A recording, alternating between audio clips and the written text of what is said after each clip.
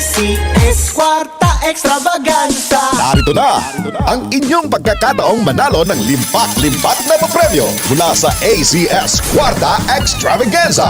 Over 3 million in prizes ang ipamimigay nationwide, tax-free. Kada linggo, simula Setyembre, may tsansang magwagi ng cash at gift bags mula sa ACS Manufacturing Corporation at sa RMN at IFM stations nationwide. Para sumali, isulat lamang sa isang malinis na papel ang inyong pangalan, address, contact number at pirmahan. Kasama ang proof of purchase mula sa Pride Detergent, Star Wax Floor Wax, White Rose Kojic and Papaya Soap, Charm Fabric Conditioner, Shield Bath Soap, Smart Dishwashing Liquid and Paste, at Unique Toothpaste. Ilakip ito sa isang white envelope. Isulat sa labas ang promo title ACS Kwarta Extravaganza, ang pangalan ng produktong ginamit, ang promo week, at RMN o IFM station na inyong sasalihan. The more entries you send, the bigger chances of winning. Deadline for submission of weekly entries is every Friday, 5 p.m. of the promo week. ACS Kwarta Extravaganza 2023. Hatid ng RMN at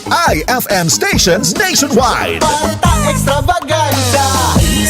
See posters and print ads for details. For more information, visit facebook.com/ACS Kwarta Extravaganza and rmn.ph. Promo period is from September 16 to December 16, 2023. Per DOH, FDA, CCH, UHSRR permit number 0753, series of 2023.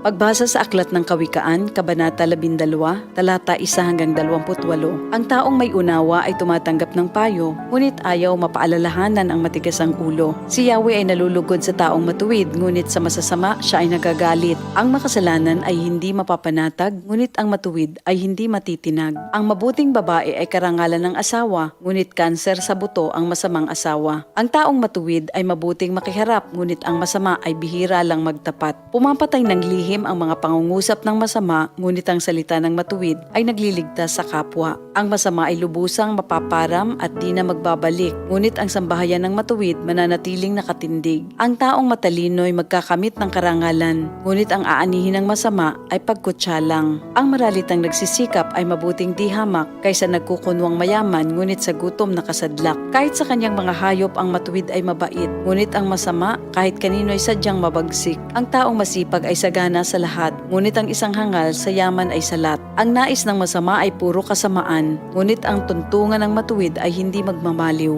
Ang masama ay nahuhuli sa salita ng kanyang bibig, ngunit ang matuwid ay malayo sa ligalig. Ang kakamti ng tao ay batay sa gawa o salita, bawat isa ay tatanggap ng karampatang gantimpala. Ang akala ng mangmang ay siya lamang ang tama, ngunit handang tumanggap ng payo ang taong may unawa. Ang pagkainis ng mangmang kaagad nahahalata, ngunit ang mga matatalino di pansin ang pagkutya. Sa pagsasabi ng tapat, lumilitaw ang katarungan, ngunit ang pagsisinungaling ay lumilikha ng kapahamakan. Ang matalas na pananalita ay sumusugat ng damdamin, ngunit sa magandang pananalita, sakit ng loob ay gumagaling. Ang tapat na labi ay mananatili kailanman, ngunit ang dilang sinungaling ay hindi magtatagal.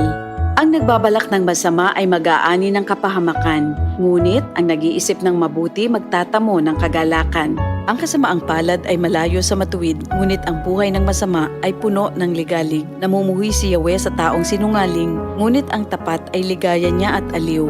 Di agad sinasabi ang alam ng matalino, ngunit kahangalan ay inihahayag ng mangmang na tao. Balang araw, ang masikap ang mamamahala, ngunit ang tamad ay mananatiling alila. Nagpapahina sa loob ng isang tao ang kabalisahan, ngunit ang magandang balita ay may dulot na kasiglahan. Ang payo ng kaibigang matuwid ay isang gabay, ngunit ang daan ng masama ay tungo sa pagkaligaw. Hindi makakamit ng tamad ang kanyang hinahangad, ngunit ang masikap ay laging may magandang hinaharap. Ang matuwid na landas ay patungo sa buhay, ngunit ang maling daan ay hahantong sa kamatayan.